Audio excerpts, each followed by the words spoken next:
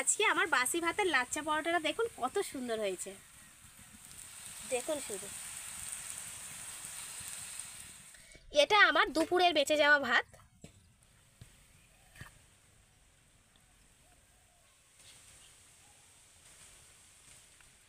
বুঝতে পারছেন যে কতটা সুন্দর হয়েছে। নমস্কার বন্ধুরা, কাকলি রান্নাঘর উইথ ভিলেজ ফুডের আরও একটি নতুন ভিডিওতে সবাইকে স্বাগত। আর আজকের আমি খুবই সহজ এবং ছোট্ট একটি রেসিপি আপনাদের সাথে শেয়ার করব। আজকাল আমরা যতই মেপে চাল নিয়ে রান্না করি না কেন, দুপুরের কিংবা রাতে খাওয়ার পর অল্প হলেও ভাত কিন্তু আমাদের বেঁচে যায়। আর যেহেতু এখন শীতকাল পড়ে গেছে, তাই এই শীতের সময় দুপুরের ভাত রাত্রে কিংবা রাত্রের ভাত সকালে কারোরই খেতে ভালো লাগে না।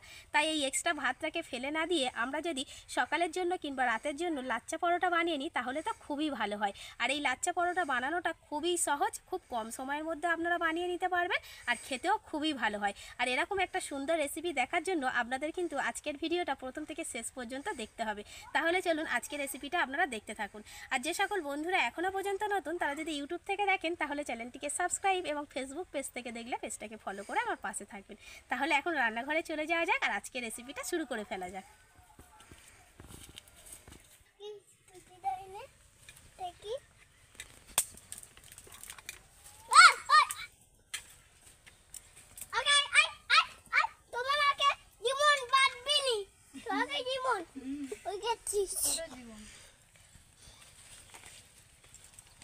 আজকে লাচ্চা পরোটা বানানোর জন্য প্রথমে আমার যে জিনিসটা লাগবে সেটা হলো ভাত।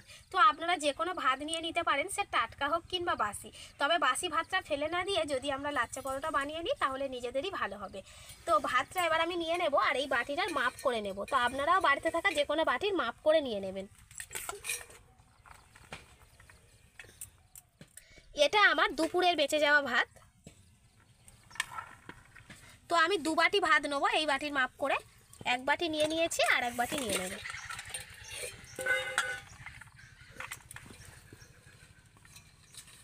দু বাটি নিলাম আর এইটুকু রয়ে গেছে, এটুকু ফেলে দিয়ে লাভ নেই, এটুকুও নিয়ে নিচ্ছে। তো এবার আমি এই দু বাটি ভাতের জন্য নিয়ে নেব দু বাটি ময়দা। আপনারা ভাত আর ময়দার পরিমাণটা একদম সম পরিমাণ নিয়ে নেবেন। যদি এক বাটি ভাত হয় তাহলে এক বাটি ময়দা নিয়ে নেবেন। শুধু ভাত দিয়ে পরোটাটা বানানো যাবে না, তার কারণ হলো ভাতটা খুবই আঠালো আর চিটচিটে হয়। সেজন্য ময়দাটা দিলে কি হবে, পরোটাটা যেমন বানাতেও সুবিধা হবে আর খেতেও খুবই ভালো লাগবে। এবার আমি এর মধ্যে দিয়ে দেবো চিনি, স্বাদ মতো চিনি দিয়ে দেবো। যেহেতু আমি দু বাটি করে নিয়েছি সেজন্য 2 চামচ চিনি দিয়ে দিচ্ছি। আপনারা এক বাটি করে নিলেন 1 চামচ দিয়ে দেবেন। আর পরিমাণ মতো লবণ দিয়ে দিতে হবে। এবার আমি এই সমস্ত উপকরণগুলো একবার হাত দিয়ে এরকমভাবে মিশিয়ে নেব। মানে শুকনো অবস্থায় মিশিয়ে নিলে খুবই ভালো হবে।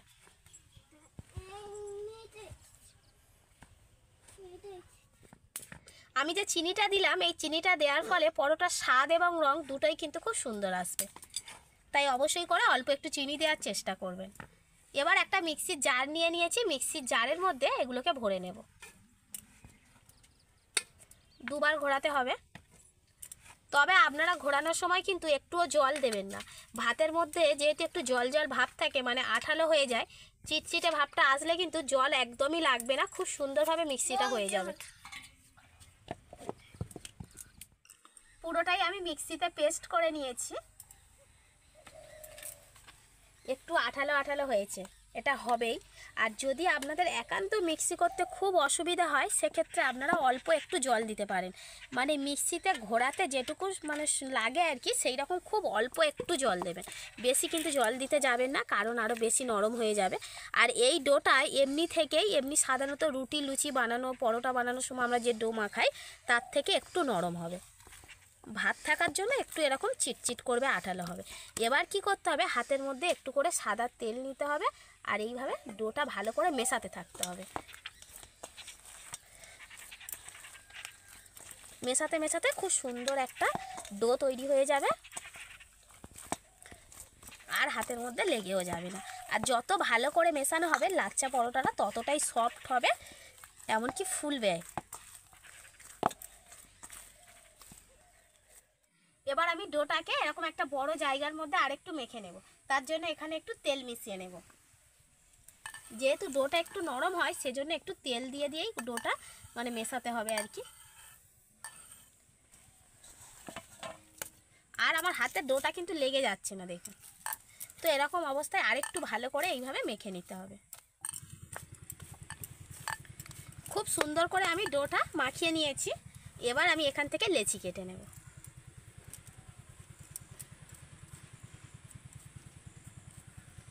যেমন আমরা পরোটার লেচি বানাই ঠিক সেরকমভাবে লেচিগুলো কেটে নিতে হবে। একটা লেচি আমি নিয়ে নিয়েছি। এবার বড় করে একটা রুটি বেলে নেব। আর এটা বেলবো আমি তেল দিয়ে, মানে এই জায়গাটাতে একটু তেল লাগিয়ে নেব।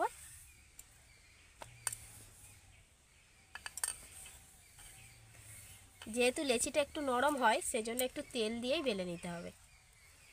আর যতটা পাতলা করে বেলা যায় ঠিক ততটাই পাতলা করে বেলতে হবে।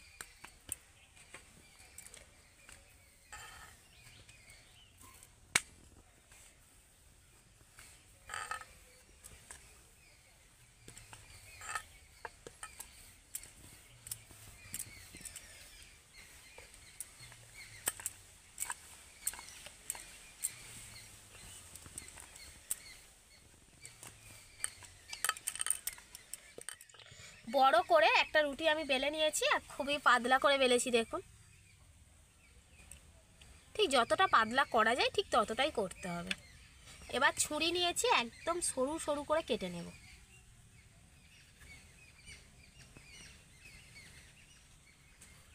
পিজা কাটার থাকলে তো খুবই ভালো, তাড়াতাড়ি হয়ে যাবে। তাছাড়াও একটা ধারালো ছুরি দিয়ে এইভাবে সরু সরু করে কেটে নেবেন। যত সরু করে কাটা হবে লাচ্চা পরোটার লেয়ারগুলো তত সুন্দরভাবে বোঝা যাবে, ছেড়ে যাবে।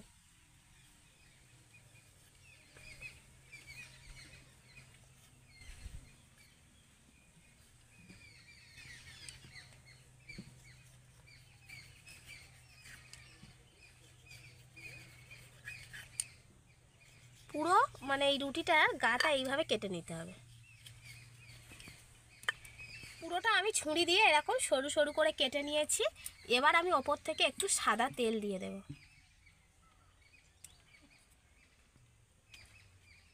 যদি ব্রাশ থাকতো তাহলে খুব সুবিধা হতো। যেহেতু ব্রাশ নেই আমি হাত দিয়ে এইভাবে তেলটাকে লাগিয়ে নেব।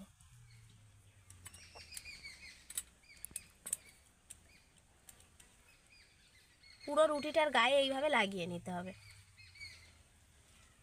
তেল লাগানোর পর এবার ওপর থেকে আমি একটু কর্নফ্লাওয়ার ছড়িয়ে দেব। আমার কাছে কর্নফ্লাওয়ার ছিল বলে আমি নিয়েছি। তো আপনাদের কাছে কর্নফ্লাওয়ার না থাকলে আপনারা কি করবেন, শুকনো ময়দা এইভাবে ছড়িয়ে দেবেন।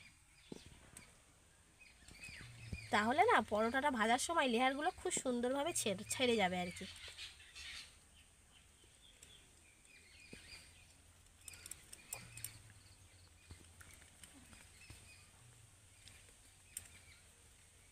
এবার কি করব দেখুন। এবার একদিক দিয়ে এইভাবে তুলে নেব। এবার এই পুরোটাকে আমি একদম রোলের মতো করে গুঁড়িয়ে নেব একসাথে।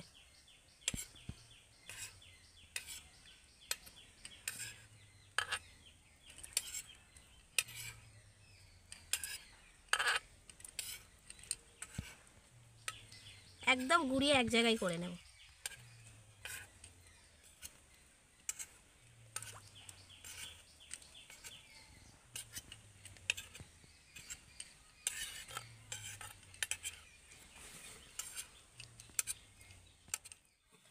পুরোটা আমি এরকম গুঁড়িয়ে নিয়েছি একসাথে করে।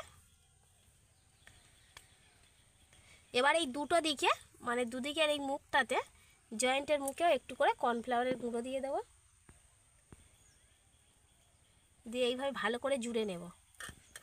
নিয়ে এবার এই দিক থেকে মানে দুদিক দিয়ে ধরে এই মাঝখানটাকে একটু বড় করে নেব। যেহেতু এইটুকু একটু মোটা হয়ে গেছে দু সাইডের তুলনায়, সেই জন্য এগুলোকে একটু এইভাবে টেনে বড় করে নেব।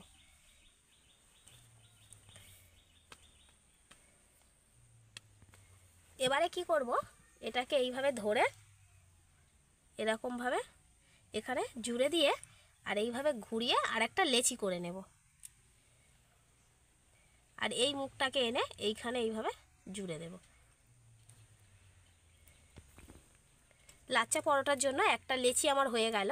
আর এইভাবে প্রত্যেকটা লেচি আমি রেডি করে নেব।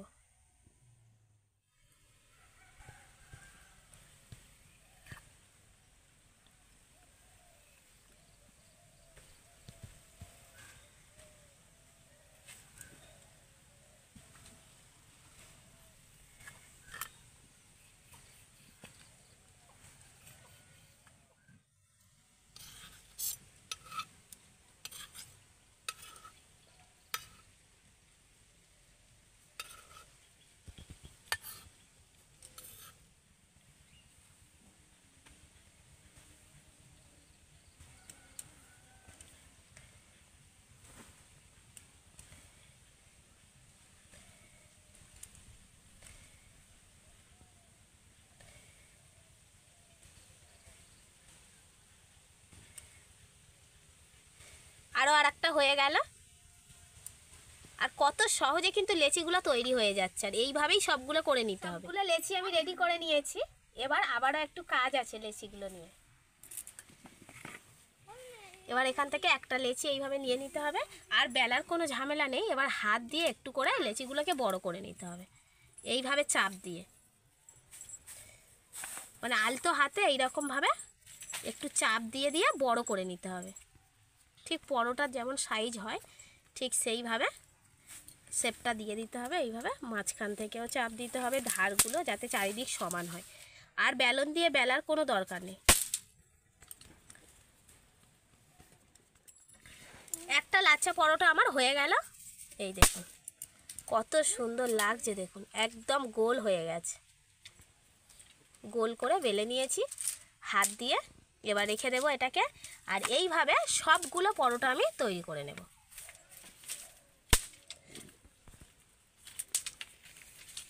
মাঝখান থেকে আস্তে আস্তে ধারের দিকে এইভাবে ঠেলতে হবে, এতে করে পরোটাটা বড় হয়ে যাবে।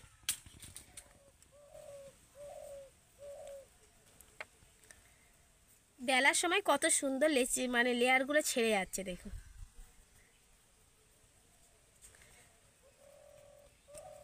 লাচ্ছা পরোটাগুলো এবার ভেজে নেব। তার জন্য তাওয়া গরম করতে দিয়ে দিয়েছি।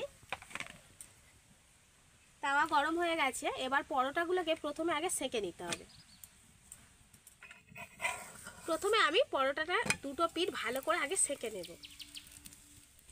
দুটো পিঠ ভালো করে সেঁকে নিয়েছি। এবার তেল দিয়ে ভেজে নেব। আমি তেল দিয়ে ভাজছি, আপনারা চাইলে ঘি বাটার দিয়ে ভেজে নিতে পারেন।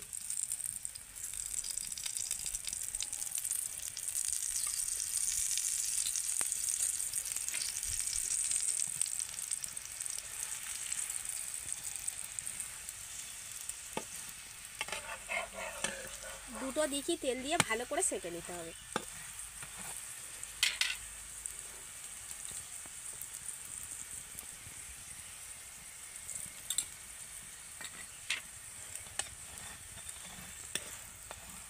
পরোটাটা ভাজা হয়ে গেছে। আর লেয়ারগুলো দেখুন শুধু কত সুন্দরভাবে ছেড়ে যাচ্ছে।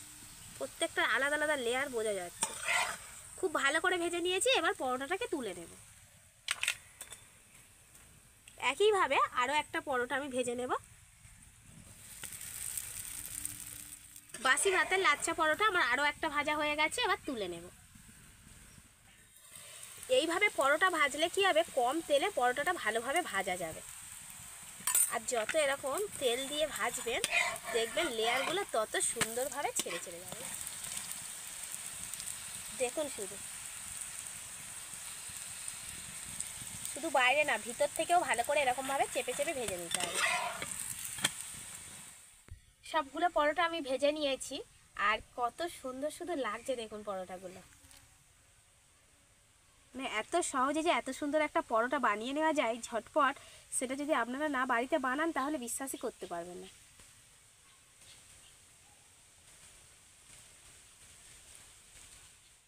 বাড়িতে তো পরোটা আমরা সবসময় বানিয়ে খাই, তাই মাঝে মধ্যে যদি এরকম সহজ পদ্ধতিতে লাচ্চা পরোটা বানিয়ে নেওয়া যায় তাহলে তো খুবই ভালো হয়। দেখুন লাচ্চা পরোটার লেয়ারগুলো কত সুন্দর হয়েছে, মানে একটার সাথে একটা লেগে যায়নি, কীরকম ছেড়ে যাচ্ছে দেখুন। আর এই পরোটাটা না একটু নরম তুলতুলে হয়, খেতেও খুবই ভালো লাগে।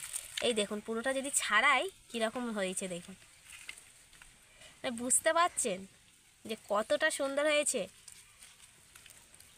কোনো দোকান রেস্টুরেন্টে যাওয়ার কোনো প্রয়োজনই হবে না। এত সুন্দর একটা লাচ্চা পরোটা বাড়িতেই আপনারা বানিয়ে নিতে পারবেন। এই পরোটাটা আপনারা যে কোনো তরকারি, আলুর দম, এমনকি ঘুগনি দিয়ে খেতে পারবেন, খেতে দারুণ লাগবে। আর আমি তো আজকের ভাত দিয়ে বানালাম, তো আপনারা যদি না ভাত দিয়ে বানাতে চান তাহলে শুধুমাত্র ময়দা দিয়েও বানিয়ে নিতে পারবেন একই পদ্ধতিতে। তাহলে আপনাদের পরোটাও কিন্তু একই রকম হবে। তাহলে বন্ধুরা, আমার আজকের এই লাচ্চা পরোটা রেসিপিটা আপনাদের কেমন লাগলো সেটা অবশ্যই কমেন্ট করে জানাবেন। আর ভালো লাগলে লাইক, কমেন্ট, শেয়ার, সাবস্ক্রাইব এবং ফলো করে আমার পাশে থাকবেন। আর আমার নিত্য নতুন রেসিপিগুলো এইভাবেই দেখতে থাকবেন। তাহলে আজকের মতো এখানেই শেষ করছি। সবাই ভালো থাকবেন, সুস্থ থাকবেন। দেখা হবে পরের রেসিপিতে।